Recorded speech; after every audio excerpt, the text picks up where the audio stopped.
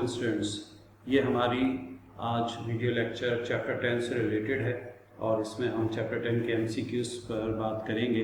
तो आइए स्टार्ट करते हैं अपना लेक्चर। देखिए, ये फर्स्ट एमसीक्यूज है, Kirchhoff's laws are useful in determining. हमने अपनी थ्योरी की बुक में ये पढ़ा कि किरचॉफ्स लॉज जो हैं वो इलेक्ट्रिकल सर्किट की सिंप्लीफिकेशन के लिए यूज होते हैं। तो आप देखें, दो लॉज हैं किरचॉफ के जिनको हम नॉर्मली वोल्टेज लॉ और करंट लॉ कहते हैं। तो वोल्टेज लॉ एक लूप के अंदर तमाम पोटेंशियल डिफरेंस या वोल्टेजेस से रिलेटेड है और जो करंट लॉ है वो किसी जंक्शन के अक्रॉस जो करंट फ्लो करते हैं उनसे रिलेटेड है। तो इसका मतलब किरचॉफ के दोनों लॉज मिलकर हमें वोल्टेज और करंट की इंफॉर्मेशन देते हैं। तो हमारा जो राइट ऑप्शन है वो होगा both A and B. A and B इस तरह के जो ए है उसमें करंट के बारे में कहा गया कि ये हमें किरचॉफ लॉ करंट की इंफॉर्मेशन देता है और दूसरे पार्ट में हमें ईएमएफ और वोल्टेज ड्रॉप्स की बारे में कहा गया। तो क्योंकि किरचॉफ लॉ दोनों चीजों को कवर करता है इसलिए हमारा राइट आंसर होगा ए एंड बी।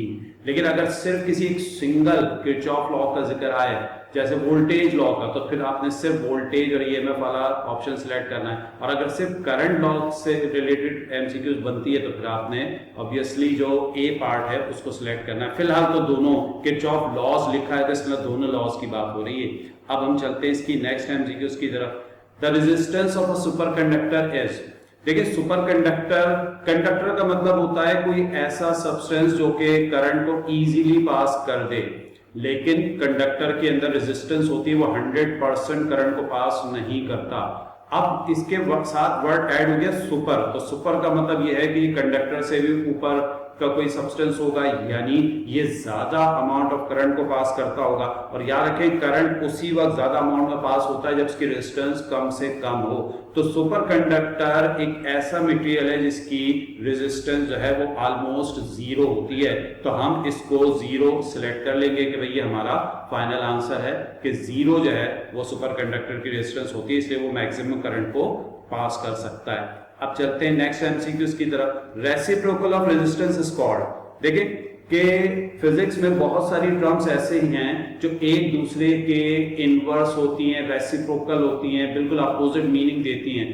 तो रेजिस्टेंस के अपोजिट जो मीनिंग देने वाली टर्म है उसको हम कहते हैं कंडक्टेंस। तो कंडक्टेंस इसका राइट ऑप्शन है। रेजिस्टेंस शो करता है कि करंट के रास्ते में कितनी रुकावट है, कोई मटेरियल जिसमें से करंट पास हो रहा है उसके एटम कितनी रुकावट प्रोड्यूस कर रहे हैं इलेक्ट्रॉन के फ्लो में। जबकि कंडक्टेंस हमें बताता है कि ये वो प्रॉपर्टी है कि जो किसी मटेरियल के अंदर इलेक्ट्रॉन के इजी फ्लो को शो करती है। तो दोनों एक दूसरे के अपोजिट है। रेजिस्टेंस रुकावट को शो करता है और कंडक्टेंस इजी फ्लो को शो करता है। तो ये एक दूसरे के रेसिप्रोकल हैं।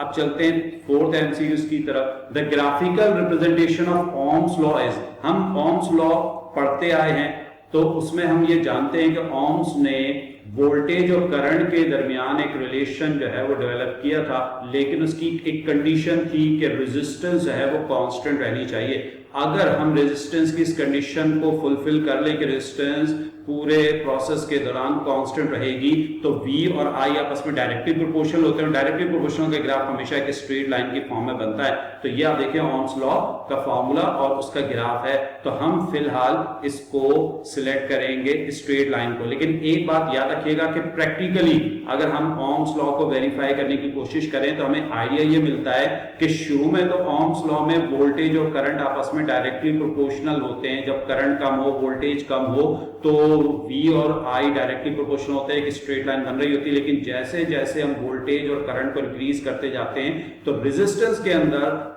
आहिस्ता आहिस्ता चेंज आना शुरू होता है और ये ग्राफ फिर जो है स्ट्रेट लाइन नहीं रहता बल्कि थोड़ा सा आगे जाके बैंड होना शुरू हो जाता है। उस रीजन को हम कहते हैं नॉन ओहमिक रीजन, यानी वो फिर ओम्स लॉ वहां पर वैलिड नहीं रहता। फिलहाल इस एमसीक्यूज में तो हमसे ये सिंपल पूछा गया है कि ओम्स लॉ का ग्राफ कैसा था। तो ओम्स लॉ का ग्राफ जो है वो नॉर्मली स्ट्रेट लाइन होता है। अब चलते हैं नेक्स्ट एमसीक्यूज की तरफ। Potential difference applied across the ends of a wire, यानी एक वायर है उसके दोनों एंड पर एक पोटेंशियल डिफरेंस, एक बैटरी लगाकर पोटेंशियल डिफरेंस सप्लाई किया गया। If the potential difference is doubled, यानी अगर पोटेंशियल डिफरेंस को डबल कर दें तो drift velocity of free electrons क्या हो जाएगी। तो पहले तो एक आइडिया ये समझ लें कि ड्रिफ्ट वेलोसिटी क्या होती है। देखिए जब कोई इलेक्ट्रॉन वायर के अंदर किसी कंडक्टर के अंदर मूव करता है तो उस कंडक्टर के जो एटम्स होते हैं इलेक्ट्रॉन उनसे बार बार हिट करता है, बार बार कोलिजन करता है। नतीजा ये निकलता है कि इलेक्ट्रॉन एक्सेलरेट नहीं हो पाता बल्कि उसकी वेलोसिटी हर कोलिजन के बाद कम हो जाती है। फिर वो भागने की कोशिश करता है, तेज चलने की कोशिश करता है, लेकिन फिर एक कोलिजन हो जाता है। तो नतीजा ये निकलता है कि उसकी जो वेलोसिटी है वो एक एवरेज वेलोसिटी की फॉर्म में हमें मिलती है और उसी वेलोसिटी को हम कहते हैं ड्रिफ्ट वेलोसिटी।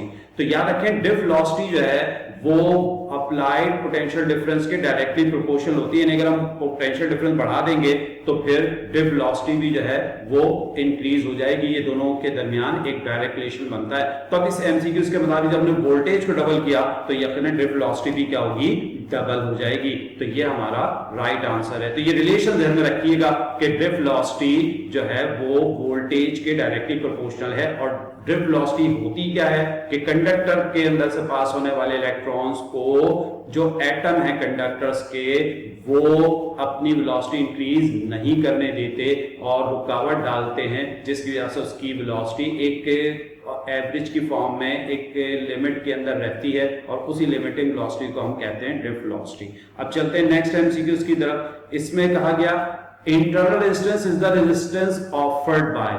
देखिए इसके नाम में ही इसका आंसर मौजूद है, इंटरनल रेजिस्टेंस। इंटरनल रेजिस्टेंस का मतलब है कि ये एक ऐसी रेजिस्टेंस है जो किसी चीज के अंदर पाई जाती है। तो हम अच्छी तरह जानते हैं कि अगर हम कोई सर्किट बनाएं तो सर्किट के अंदर हमें एक सोर्स ऑफ ईएमएफ लगाना पड़ेगा, यानी कोई बैटरी लगाना पड़ेगी। तो बैटरी के अंदर भी एक रेजिस्टेंस पाई जाती है, इसको इंटरनल रेजिस्टेंस कहते हैं। तो इंटरनल रेजिस्टेंस का ताल्लुक किससे है, सर्किट की बाहर वाले रेजिस्टेंस से नहीं है, बल्कि सर्किट के अंदर जो ईएमएफ सोर्स लगा है, वोल्टेज सोर्स लगा है, उससे रिलेटेड है। तो आप देखें कि यहां पर हमारे पास जो राइट ऑप्शन होगा वो होगा सोर्स ऑफ ईएमएफ, जिसको हम नॉर्मली बैटरी या वोल्टेज सोर्स भी कहते हैं। तो ये हमारा आंसर आ गया। अब आते हैं 7th एमसीक्यू की तरफ। Power dissipation in a resistor can be calculated using which formula. देखिए ये बहुत सारे फॉर्मूले आपके सामने रिप्रेजेंट किए गए और कहा गया इनमें से कौन सा फॉर्मूला पावर डिसिपेशन को शो करता है। पावर डिसिपेशन का मतलब यह है कि जब हम करंट सप्लाई करते हैं किसी लोड रेजिस्टेंस को, तो लोड रेजिस्टेंस या कोई भी रेजिस्टेंस हो वो उसकी एनर्जी को कंज्यूम करती है, पावर को कंज्यूम करती है, और उसी पावर कंज्यूम करने को कहते हैं पावर डिसिपेशन। तो देखिए ये जो फॉर्मूले हमने अपनी इस बुक के चैप्टर 10 में पढ़े उनमें ये तमाम फॉर्मूले मौजूद हैं। इन तमाम फॉर्मूलों से आप पावर डिसिपेशन कैलकुलेट कर सकते हैं। तो हम यहाँ पर जो ऑल का ऑप्शन है उसे सिलेक्ट करेंगे। तो ये आपने याद रखना है। अच्छा, बाज लोग कहते हैं कि जो सेकंड ऑप्शन है P equal to I square R, ये ज्यादा बेस्ट आंसर है, लेकिन ध्यान में रखें कि P equal to V square R भी पावर डिसिपेशन कैलकुलेट करता है, P equal to I V भी जो है वो पावर डिसिपेशन को जो है वो कैलकुलेट करके देता है। तो हम ऑल जो है उसे सिलेक्ट कर लेंगे इस इक्वेशन में। P equal to I square R ये जूल्स हीटिंग लॉ भी कहलाता है, पर अभी फिलहाल हमारा टॉपिक ये नहीं है। तो हम इस पावर डिसिपेशन में तमाम जो हमें ऑप्शन दिए गए हैं वो करेक्ट हैं, तो हम ऑल को सिलेक्ट कर लेंगे। अब चलते हैं हम इसकी नेक्स्ट एमसीक्यूज की तरफ। What is a potentiometer primarily used for, यानी एक पोटेंशियोमीटर बेसिकली क्या चीज मेजर करता है। तो देखिए इसके नाम के अंदर ही इसका आंसर मौजूद है, पोटेंशियोमीटर। ये दो वर्ड का कॉम्बिनेशन है। पोटेंशियो का वर्ड निकला पोटेंशियल डिफरेंस से, मीटर का वर्ड निकलता है मेजरमेंट से। तो अगर मैं इसके नाम का टोटल कर लूं तो ये टोटल बनता है पोटेंशियल डिफरेंस मेजरमेंट। तो इसका मतलब है कि पोटेंशियोमीटर को बेसिकली डिजाइन किया गया था वोल्टेज या पोटेंशियल डिफरेंस को मेजर करने के लिए। तो हमारा ये सी ऑप्शन जो है वो इस पर अप्लाई होता है। तो ये हमने सिलेक्ट कर लिया। बाकी जो हैं वो ऑप्शंस इस नाम से मैच नहीं करते, तो नाम से हमने इसको फाइंड कर लिया। तो इसमें आपने याद रखना है कि ये राइट ऑप्शन है। अब चलते हैं next. A heat sensitive device whose resistivity changes with the change in temperature is called। तो देखें कि हमारे पास जो रेजिस्टेंस होती हैं वो नॉर्मली फिक्स्ड होती हैं, लेकिन हम एक ऐसी रेजिस्टेंट खुद डिजाइन करते हैं जिसके अंदर ये एबिलिटी होती है कि अगर उसका टेम्परेचर ग्रेजुअली इंक्रीज किया जाए तो उसकी रेजिस्टेंस भी उसी हिसाब से इंक्रीज होती चली जाती है। तो इस तरह की रेजिस्टेंस जो कि टेम्परेचर डिपेंडेंट होती है, टेम्परेचर से इफेक्टेड हो जाती है, उसको कहते हैं थर्मिस्टर। तो ये जो हमारा ऑप्शन है थर्मिस्टर, ये राइट ऑप्शन है। तो ये आप ध्यान में रखना है कि आर्म रेजिस्टेंस नॉर्मली टेम्परेचर से इतनी इफेक्टेड नहीं होती, लेकिन थर्मिस्टर जो है वो बहुत सेंसिटिव होती है फॉर द टेम्परेचर। तो टेम्परेचर में जरा सा भी चेंज आएगा तो थर्मिस्टर भी अपनी जो रेजिस्टेंस है उसको इंक्रीज कर लेगी, और जब टेम्परेचर कम होगा तो वापस उसकी रेजिस्टेंस भी कम हो जाएगी। तो ये टेम्परेचर से बहुत इफेक्टेड होती है, इसलिए इसको डिजाइन भी इसी मकसद से किया गया है कि इसकी इस प्रॉपर्टी का फायदा उठाया जा सके। तो ये हमारा राइट आंसर है। अब आते हैं लास्ट इसकी जो MCQs है।